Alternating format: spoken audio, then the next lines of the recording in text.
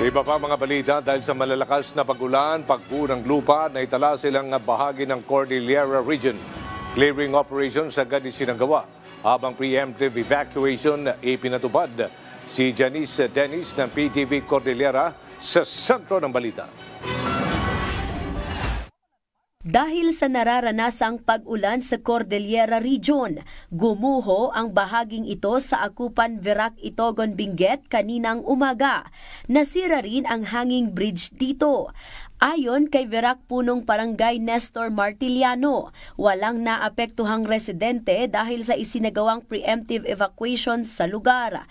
Sa ngayon, nagtutulungan na ang mga small-scale miners at mga otoridad sa clearing operation. Ipinag-utos na rin ng lokal na pamahalaan ng Itogon ang pansamantalang pagtigil ng operasyon ng small-scale miners.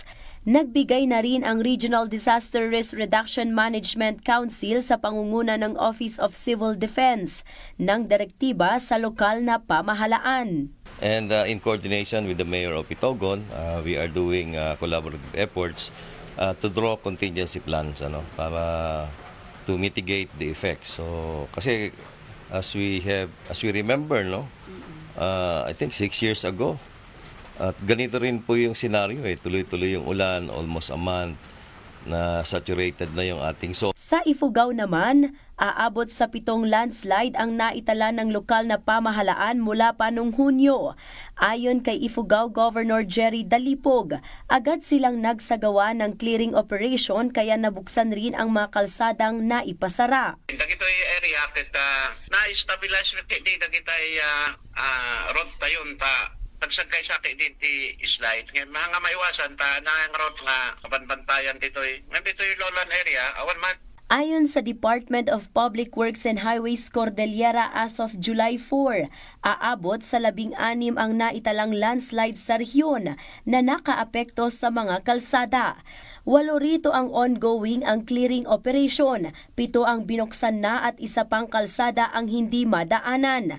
Karamihan sa mga naitalang landslide ay sa probinsya ng Benguet. Ang isa nating rason dyan kung bakit may mga i-record tayong mga landslide ay walang mga stroke protection ng ibang sections ng road line natin.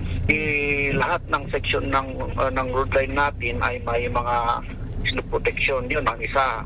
Nagpaalala naman ang RDRRMC sa publiko na maging mapagmatsyag at lumikas sa ligtas na lugar kung kinakailangan.